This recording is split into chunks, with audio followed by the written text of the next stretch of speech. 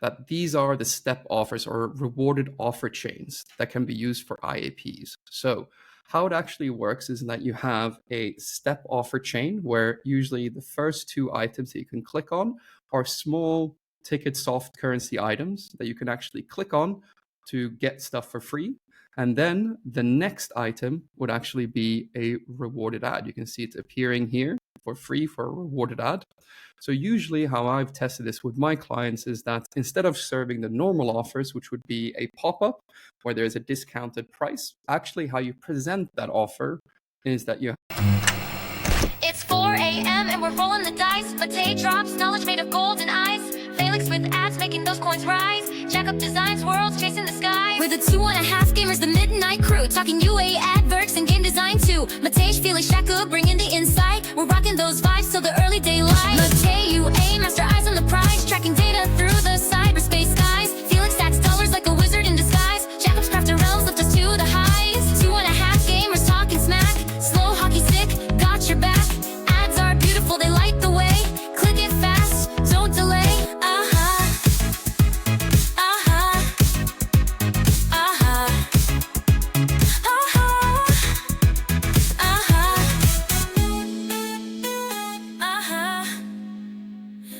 Hello, everyone, and welcome to a special episode of the 2.5 Gamers podcast, where you can stay 2.5 steps of the mobile gaming industry. So, as you can see, it's a very special episode today because it's only me here, and I'm here to talk to you about 6 ad placements that I've seen converting extremely well that I've been using with my clients in the last couple of months. So, as I'm alone, it's only going to be ads, and that's what we're going to talk about. But before we get started, just wanted to kind of share how I think about ad placements and how to stay on top of what actually works extremely well with ad placements. And that is, you try to look at the largest ad monetized games in the industry. You play these games, and then you have a very good chance of knowing that if there's something implemented in these games, that these type of ad placements convert extremely well. So what games is it that I'm looking at right now? So if you're an avid follower of my content, or this is a shameless plug for my Substack, I actually made a post about this last week about the top ad monetized games on Android. But if you're not, let me just share the screen here. And these are the games that I tend to keep a very close eye on because these games are very large and they earn a lot of ad revenue. So the games I tend to keep a track of. Oh, hello. Here I am. I have something very important to say. This episode is brought to you by Vibe.co. Have you ever thought about TV ads and how they are just for massive brands with multi-million budgets? Yeah, not anymore. With Vibe.co, you can launch CTV ads on Hulu, Roku, Tubi, you name it, in minutes. It's that simple. Totally self-serve. And yes, it actually drives real business results. So over 5,000 brands are already using it. So maybe it's your turn. Check out vibe.co. That's vibe.co, vibe.co. And enjoy. Thank you very much. Now let's get back to the episode. Play on a weekly basis is Woodoku by Triple Dot, Happy Color by Xflow, Vita Mayong by Vita Studio, Fugo, Word of Wonders, great game, and then obviously Block Blast. So anything new that I see there, I tend to keep a kind of mental note, and then basically across my client portfolio, I tend to test these ad placements because historically, these type of ad placements that I've gotten from these games tends to work extremely well.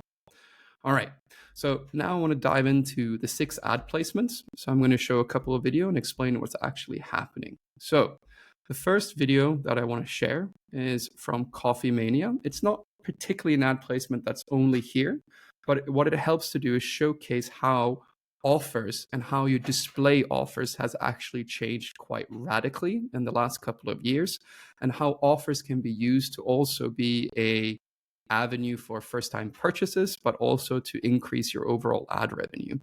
So if I share the screen here, we can see here that these are the step offers or rewarded offer chains that can be used for IAPs. So how it actually works is that you have a step offer chain where usually the first two items that you can click on are small ticket soft currency items that you can actually click on to get stuff for free. And then the next item would actually be a rewarded ad. You can see it's appearing here for free for a rewarded ad. So usually how I've tested this with my clients is that instead of serving the normal offers, which would be a pop-up where there's a discounted price, actually how you present that offer is that you have free, rewarded ad, paid, then free. So that basically changes the way how the offer is presented and also creates sort of a ladder in the player's mind where they're actually clicking on the things and they can see that they can get even more offers if they make the purchase to actually get free stuff afterwards as well. It's one of the placements that I've utilized the most in the last 6 months with my clients, and it's worked extremely well. So test this, basically split up your offer in some free items, add a rewarded ad, and then what you can also do is add a notification button that essentially illuminates every time there's a rewarded ad available in the setup or in kind of the step offer chain. So the next game I wanted to talk about is Screwmaster 3D. And this was a great episode where we had Samantha on for Supersonic to talk about what kind of interesting things are doing on the back end of this game. So we have ad placements that basically get users to watch ads and convert. But also what you have on the other side is on the back end, you also have a lot of stuff that you can do to improve your revenue. And one of the most interesting things that she revealed from this episode was on how to actually change the mediation setup to maximize your ad revenue based on the recency effect. So what is the recency effect? Every network that you plug into bids on your inventory under the assumption that the first impression is where the user has the most amount of attention. And then subsequently, after you have multiple impressions, the per value price that you're paid per impression decreases because networks assume that you have less attention. So what did Supersonic do to essentially get the better of this kind of recency effect? So what they did was on first app open, what they do is that they call and cache both an interstitial ad and both a rewarded ad. And then what they do is they create an if-then statement. So let's say you're watching 3 or 4 rewarded ads in a row. Then what they do every time you click on the call rewarded ad button is that they double check that the eCPM you're actually getting for the interstitial is not higher than the rewarded ad. So what they do is, for example, after 6 impressions on the rewarded side, is what they do is instead of calling the rewarded ad, they call an interstitial ad because it's still worth more. So the recency effect is separated by the different ad units. So let's say that you have served already 5 rewarded impressions to the user. Maybe the interstitial impression that you have already cached is actually worth more than the 6th rewarded impression. Very clever way of actually maximizing the revenue. So one word of caution on this is that you can only serve interstitials in a rewarded slot and you can't do it vice versa because rewarded ads are actually intent, and what they have is essentially you need to have the 30 seconds. So you can't do it the other way around. So you can't call a rewarded ad in the interstitial slot because then eventually what will happen is that networks will catch on and they'll demonetize your inventory. So another blast from the past that I've used quite a lot, I'll showcase it here in this video from Whole.io by Voodoo. And I kind of call it the convert or die method for rewarded ads or interstitials, where you have natural gameplay such as this, where you're playing around with the different users. Let me just fast forward. So you're actually beating the level, and then you're coming to a natural break in the game where you have a rewarded ad. Let me just pause it here, right? So this is what I call convert or die. So usually what you do here in any hybrid casual game is that you would have a natural break and serve an interstitial ad. So one thing I've been experimenting a lot with my clients is actually when you come to these natural breaks, you give the option to watch a rewarded ad. Here in this case, it's to get bigger. And then actually, if you actually press the rewarded ads button, you load the rewarded ad button. But if you don't press it to skip it, you actually serve an interstitial. So in that case, you're kind of maximizing the potential value of an impression from a user, because the eCPM for rewarded ads tends to be so much higher than interstitial ads.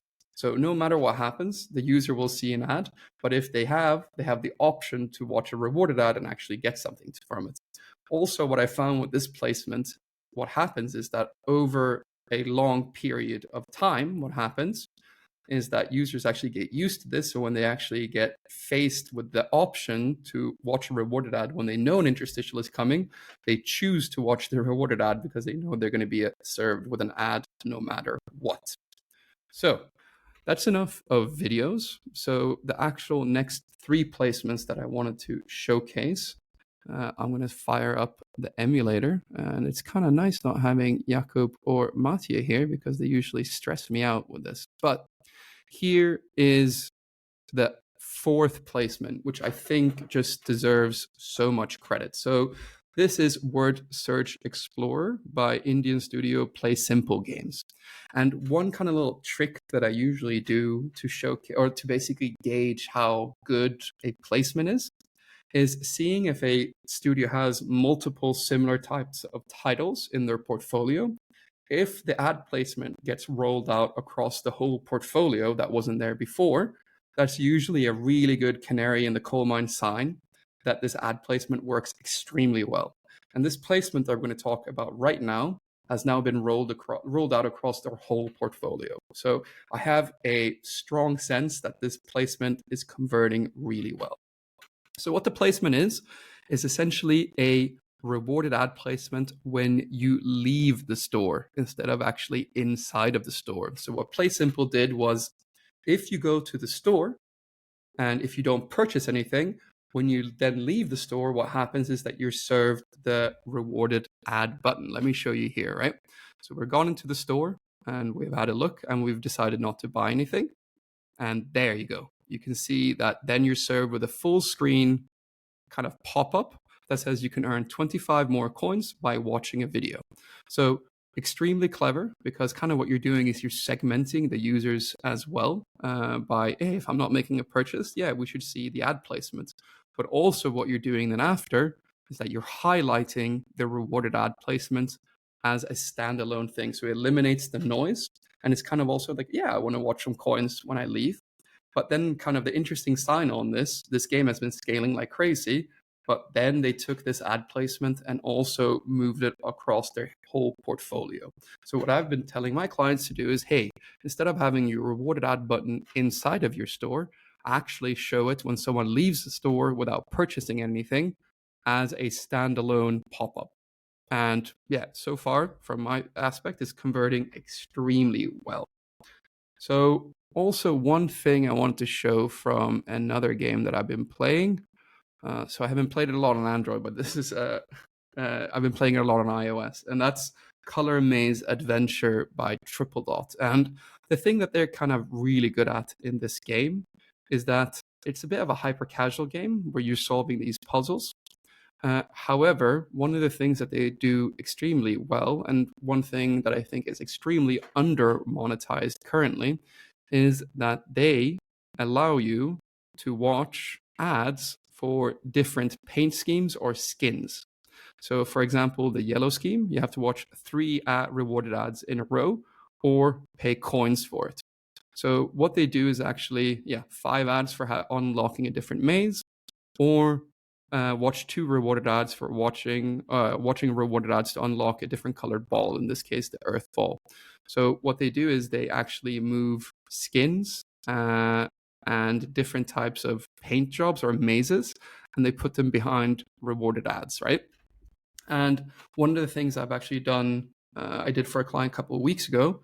We don't work together anymore, but anyway, what we did was we actually looked at the first eCPM value of the user from the first cached ad. And what we did was we actually used that eCPM value to actually decide if we show the rewarded ad placements or not, if they're a likely purchaser or not, essentially. And it's working extremely well. Then the last thing, or the last ad placement out of the 6 that I wanted to showcase, It's more of a meta feature. So let me actually just go here to one of the OGs in the industry, which is Subway Surfers. So Subway Surfers monetizes only with rewarded ads. It has probably, I would say, the most amount of organic downloads in mobile history. But what they do extremely well is what I call meta rewards for rewarded ads. And it's also another thing that I've started implementing on a lot of clients that tends to convert extremely well. So what is it? It's essentially awarding users for watching a lot of rewarded ads. So there's a bunch of other games that do this, but it really has a lot of powerful features. So basically, if you watch 10 rewarded ads, then what happens is that you unlock some kind of in-game reward. So I've done this a lot on idle arcade games. For example, if you watch 10 rewarded ads in a day, your movement speed increases. And what we see is that whenever you implement these meta rewards from watching a lot of ads, there's actually a lot of ad whales that actually love to watch a lot of ads. So they will actually watch 10 or 15 rewarded ads to get these meta rewards that then increases your overall ad ARPDAU, which is helpful because then you can run ad monetized or ad driven revenue campaigns, which actually helps. So try this out as meta rewards, and I've seen some really good results from this. So that wraps it up for my little short episode on the top kind of ad placements that I've been experimenting with. If you have any questions, my email address is here in the show notes. If you want to reach out to us, please join our Slack group. Unless there's anything else, please reach out. Have a great day and best of luck with your ad monetization ad placements. Thank you. Bye-bye.